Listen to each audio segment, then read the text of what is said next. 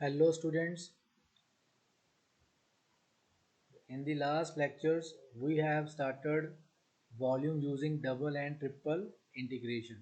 So in this video we will solve some problems related to the volume using double integrals, and for that purpose I have taken this example from this topic. The example is find the volume bounded by the cylinder x square plus y square equals to 4 and the planes y plus z equals to 4, z equal to 0.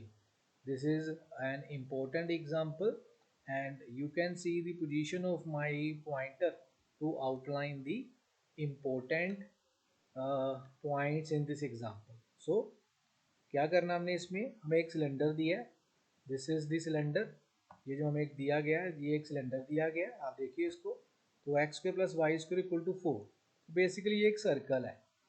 तो ये cylinder क्यों बोल रहे हैं इसको, क्योंकि जब भी आपके पास स्टैंडर्ड इक्वेशन आए सर्कल की, तो इसमें वेरिएबल देखो कौन कौन से हैं, एक एक्स है, एक वाई है, कौन सा वेरिएबल नहीं है, जेड, यस। तो आपने जान लेना है कि ये एक इक्वेशन है, स्टैंडर्ड इक्वेशन है सिलेंडर की, जिसकी एक्सिस जेड एक्सिस है, मतलब जो हाइट है इसकी वो जेड एक्सिस है। तो ऐसा जाना जाता है इक्वेशन से कि जो वेरिएबल नहीं है वो एक्सिस बन जाती है सिलेंडर की, वो हाइट ले लेती है और ये बन जाता है बेस। ये डायग्राम देखिए, ये डायग्राम है, ये फिगर 5.55 है। इस डायग्राम को देखिए, ये एक्स वाई में इक्वेशन है, तो ये मैंने प्लेन ले लिया एक्स वाई, ये एक्स एक्सिस है, ये मान लीजिए वाई एक्सिस है। तो एक आपने सर्कल ड्रॉ कर लेना है ऐसे, या आपने एक सर्कल ड्रॉ कर लिया, तो सर्कल ड्रॉ करके आपने क्या करना है, ये जो हाइट है वो आपने रिप्रेजेंट कर दी है जेड एक्सिस से, ऐसे जैसे की गई है। तो बेसिकली यहाँ एक सिलेंडर रखा गया है, तो जैसा बेस नीचे था वैसा ही बेस पहले ऊपर था, लेकिन हुआ क्या कि सिलेंडर को काटा इस प्लेन ने, y plus z equal to 4 और z इक्वल टू 0। हम अपने पिछले लेक्चर में डिस्कस कर चुके हैं कि ये जो z इक्वल टू 0 होता है, ठीक है, ये प्लेन एक्स वाई प्लेन पे लाई करता है, मतलब एक्स वाई प्लेन को ही z इक्वल टू 0 प्लेन बोलते हैं। सो ये जो एक्स वाई प्लेन है, यहाँ ये जो दिया गया है, ये दिस इज, इसको मैंने मार्क किया है, ये z इक्वल टू 0 प्लेन है सारा का सारा, तो नीचे जो होगा ये सारा एक्स वाई प्लेन होगा। तो एक्स वाई प्लेन के ऊपर ये जो सर्कल पड़ा हुआ है, इस सर्कल का रेडियस कितना है, इसको हम 2 स्क्वायर लिख सकते हैं, यस। तो इस सर्कल का जो रेडियस है, ये ओरिजिन से लेके इस पॉइंट तक, ये जो आपके पास आएगा ये रेडियस 2 है, ये आपने जान लेना है। अब इसकी हाइट z एक्सिस की तरफ हो गई, अब हमने एक प्लेन लेना है y plus z equals to 4। क्या करना है, ये प्लेन कैसा होगा, ध्यान से देखिए। जब हमने देख लेना कि ये जो प्लेन है, ये x एक्सिस, y एक्सिस और z एक्सिस को कहाँ मीट करता है, ये हमने इसमें फाइंड करना है।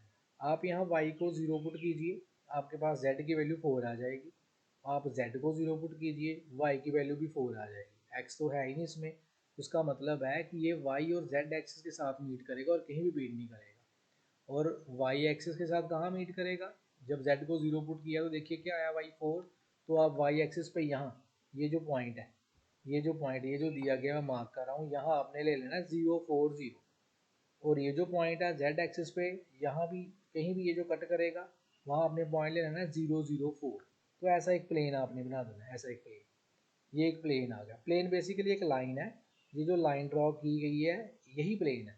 तो बेसिकली प्लेन की ये बाउंड्री दिखाई गई है, आपको बेसिकली एक प्रोजेक्शन टाइप दिखाया कि होता तो प्लेन ऐसा ही है ना। आपने इसकी अगर एग्जांपल देखनी है तो आपने क्या करना है, आपने एक कैंडल लेनी है घर पे, कैंडल लेके उसको आपने स्केल के साथ 45 डिग्री पे काट दो, 45 60 किसी भी डिग्री पे आपने काट देना है, ऐसे ऐसे दिखाया गया। मान लीजिए ये वर्टिकल आपकी कैंडल, और ऐसा आपने स्केल लिया, आपने ऐसे वर्टिकली स्केल के साथ काट देना उसको, स्केल आपका ऐसे ऐसे पड़ा हुआ दिखाई दे। तो आप देखेंगे कि ये जो पार्ट होगा ना, ये वाला जो पार्ट है, ये दिस पार्ट, ये जो शेड किया गया है, ये जो वाला पार्ट है, तो आप देखेंगे कि ये जो वाला पार्ट है ये स्केल के साथ जब कैंडल कटी है, तो जो ऊपर कटिंग वाला पार्ट है वो ऐसा बन जाएगा, ऐसा सर्कुलर सा पार्ट, सर्कुलर कह लीजिए या ऐसा एलिप्टिक सा कह लीजिए। नीचे बेस देखिए सर्कल है ना, तो ऊपर भी सर्कुलर ही पाथ आएगा आपका। तो ये आपका कटड पोर्शन है, right, of the cylinder by the plane. तो अब हमारे पास क्या क्वेश्चन है कि ये ऊपर प्लेन पड़ा हुआ है, नीचे जितना पार्ट ये सिलेंडर का बच गया हमने उसका वॉल्यूम निकालना है। This is our question, this is our question. हमने ये जो वॉल्यूम है, ये जो आपका नीचे ये जो सारा वॉल्यूम आ रहा है, इसको मैं शेड कर रहा हूँ, ये सारा वॉल्यूम जो है हमारे पास, ये सारा का सारा वॉल्यूम हमने यहाँ पे फाइंड करना है, राइट। तो इसको फाइंड करने के लिए हमारे पास डबल इंटीग्रेशन का फॉर्मूला हमने डिस्कस किया था। ये वॉल्यूम क्या होता है, वॉल्यूम का फॉर्मूला डबल इंटीग्रल से याद कीजिए, मैंने आपको फॉर्मूला दिखाया था z dx dy।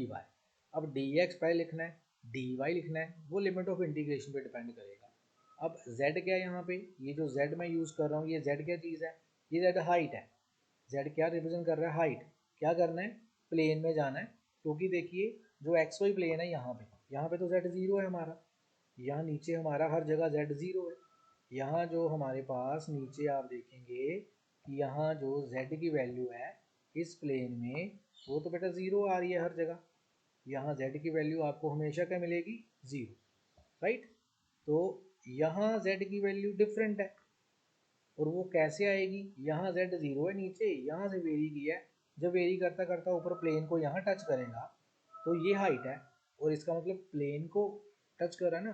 तो आपने ये जो प्लेन की इक्वेशन ऊपर दी गई है, यहाँ से z निकालना है, वो z की वैल्यू आपके पास ये आगे देखिए 4 माइनस वाई, ये z की वैल्यू आपने यहाँ डाल देनी है नीचे आके, यहाँ z में, तो ये आपके पास आ गया 4 माइनस वाई, तो यहाँ तक आ गया। अब लिमिट ऑफ इंटीग्रेशन की तरफ चलते हैं कि ये जो लिमिट ऑफ इंटीग्रेशन ली है इसने कैसे ली है। हम सभी को सर्कल का पता है, जब हमने z की वैल्यू ये वाली यहाँ डाल दी, ये जो z की वैल्यू यहाँ हमने ये सब्स्टिट्यूट कर दी 4 माइनस वाई, तो हमारा अगला काम क्या रह गया, हमारा अगला काम रह गया लिमिट्स लेने का। तो वी नो दैट, हमें पता है कि लिमिट कैसे लेनी है। आप एक सर्कल लीजिए, ये देखिए एक सर्कल है, ठीक है, दिस इज अ सर्कल, और हमें पता है कि इस सर्कल में ये जो सर्कल आपको दिया गया है x square plus y square 4 है, तो नीचे बेस ही है, मैं अलग से बना के आपको बता रहा हूँ। इसका जो रेडियस है, इसका जो आपको रेडियस दिया गया है वो कितना है, 2 है ना। तो इसका मतलब है कि अगर आप ये एक्सिस ले रहे हैं और ये भी आप एक्सिस ले रहे हैं, राइट, और अगर रेडियस इसका 2 है तो ये लाइन आपकी होगी x equal to 2 line, this is x, ये जो लाइन है ये तो ओरिजिन से आ गई ना आपकी, ये लाइन होगी x equal to 0 line, right, ये x इक्वल टू 0 लाइन हो गई, ये आपकी x इक्वल टू हो गई 2 लाइन। तो ये जो एक आर्क है वो 0 और 2 के बीच में आई है। अगर मैं पूरा यहाँ से लेना चाहूँ एरिया, यहाँ से, तो ये लाइन कौन सी होगी, -2 लाइन। कौन सी लाइन होगी, -2 लाइन। तो आप चाहें तो आप ये वाला सिर्फ पार्ट पूरा करके, ये वाला ये पार्ट कंसिडर करके, ये जो मैं दिखा रहा हूँ आपको, आप ये पार्ट लीजिए, राइट। आप ये वाला जो शेडेड पार्ट में दिखा रहा हूँ, मैंने इसको शेड किया है, ये 0 और 2 के बीच में आएगा, तो आप 0 और 2 के बीच में लेके यहाँ ट्वाइस भी ले सकते हैं, ठीक है। यहाँ आप -2 से यहाँ +2 तक लिमिट ले सकते हैं, जैसा इसमें ली है -2 से 2 तक। एक्स की लिमिट जब फिक्स हो गई तो इसका मतलब है ये वाला पार्ट आपका फिक्स हो गया। एक्चुअली करना क्या है, ये मेन डायग्राम देखिए, ये वाली मेन डायग्राम देखिए, हमारा बेस ये नीचे है, दिस इज द बेस, ये जो नीचे दिखाई दे रहा है बेस। तो हमने -2 से लेके यहाँ +2 तक नीचे x का बेस तो कवर कर लिया। अब बारी किसकी आई, y की, तो y को हम कवर कर लेंगे स्ट्रिप के साथ, ये मान लीजिए एक स्ट्रिप है, तो y जो है वो यहाँ नीचे, यहाँ y नेगेटिव होगा, यहाँ y प्लस का होगा, राइट। तो इसलिए y की वैल्यू लेनी कहाँ से है, यहाँ से। एक मैंने अब बड़ा आपको सिंपल मेथड बताया हुआ अपने पिछले लेक्चर में कि आपने क्या कर सकते हो, आप आपके पास एक सर्कल की इक्वेशन दी गई है, आप y को 0 पुट कीजिए, x आपका आ जाएगा -2 से 2, वो आपकी लिमिट आ गई -2 से 2, और x आप इधर ले जाइए 4 माइनस एक्स स्क्वायर आएगा, तो y की वैल्यू भी आपके पास प्लस माइनस आ गई 4 माइनस वाई स्क्वायर से ही 4 माइनस वाई स्क्वायर तक, तो यही आपकी लिमिट आ गई, राइट। z की वैल्यू ने 4 माइनस वाई पुट कर दी, फिर उसके बाद इसने ट्वाइस क्यों किया है, इसको ट्वाइस क्यों किया है, यहाँ तो हमने माइनस से प्लस तक लिया ना, आगे ये स्टेप देखिए, इसने इसको माइनस ट्वाइस कर लिया। ट्वाइस करने का मतलब है ड्यू टू सिमेट्री, क्योंकि ये जो हाइट है अगर आप ध्यान से देखें, अगर हम ये वाला ध्यान से देखिएगा, अगर हम एक ये वाला पार्ट अगर हम फाइंड कर लें, ये वाला पार्ट अगर हम फाइंड कर लें, तो ये इधर वाला तो ये इसके सिमेट्री की है, राइट। अगर ये वाला पार्ट हम फाइंड कर लें तो ये वाला तो सिमेट्री की आ रहा है इसके। तो अगर हम 0 से 4 लिख दें और ट्वाइस कर दें तो एक ही बात है, नहीं भी करेंगे तब भी फाइंड कर सकते हैं। तो यहाँ से हमने ट्वाइस कर दिया, सिर्फ एक वॉल्यूम फाइंड कर रहे हैं, ट्वाइस कर देंगे तो ये जो फ्रंट वाला अपने आप ही हमारा कवर हो जाएगा। तो नेक्स्ट यहाँ कैलकुलेट करते हैं। तो हमें ऊपर y दिखाई दे रहा है, हम इंटीग्रेशन पहले x से करेंगे। तो आप इंटीग्रेशन पहले किससे कर दो, x से कर दो। तो dx की x आ जाएगी, अपर लिमिट पुट की 4 माइनस वाई स्क्वायर, ये आ गया आपके पास। इस स्टेप पे आ गए आप, इस स्टेप पे 4 माइनस वाई, और ये क्या 4 माइनस वाई स्क्वायर का अंडर रूट, यहाँ अलग मल्टीप्लाई कर दें, यहाँ अलग कर दें, आपके पास ये आ जाएगा। चेक कीजिए, जब आपके पास ये आ गया उसके बाद देखिए आपने क्या करना है।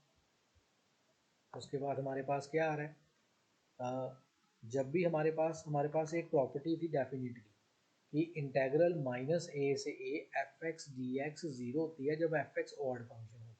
अब -2 से 2 इसकी अलग कर दो और अगले वाले की अलग कर दो, इसकी अलग लिमिट ले लो स्टेप की। ये ध्यान से देखें तो ये ऑड फंक्शन है वाई का, this is odd function of y. अगर ये ऑड फंक्शन है तो इसकी इंटेग्रल माइनस ए से ए, -2 से 2 इसकी इंटेग्रल 0 हो जाएगी। ये नीचे लिखा भी है, दिस इज ऑड फंक्शन। तो हमारे पास सिर्फ ये वाली टर्म बची, पहले वाली। तो जो पहले वाली टर्म बच रही है अब इसकी आप इंटीग्रेशन कर सकते हो। ये आपके पास फार्मूला है a square minus x square के अंडर रूट का। इसका फार्मूला होता है x, a square minus x square का under root by 2 plus a square by 2 sine inverse x over a. Limit आपकी दी हुई है, पहले आप अपर लिमिट पुट करेंगे माइनस फिर आप लोअर लिमिट पुट करेंगे, आपके पास ये वैल्यू आ जाएगी। जब आप अपर डालेंगे यहाँ 2 वो 0 हो जाएगा, यहाँ 2 डालेंगे साइन इनवर्स 1 पाई बाई 2 हो जाएगा। जब -2 यहाँ डालेंगे 0, -2 यहाँ डालेंगे तो साइन से माइनस बाहर आ जाना, याद रखना। ऐड हो जाने आपके पाई बाई टू और आपका आंसर 16 पाई आ जाए। तो ये हमारी एग्जांपल थी कि एरिया हमने वॉल्यूम निकाला है यूजिंग दी डबल इंटीग्रेशन।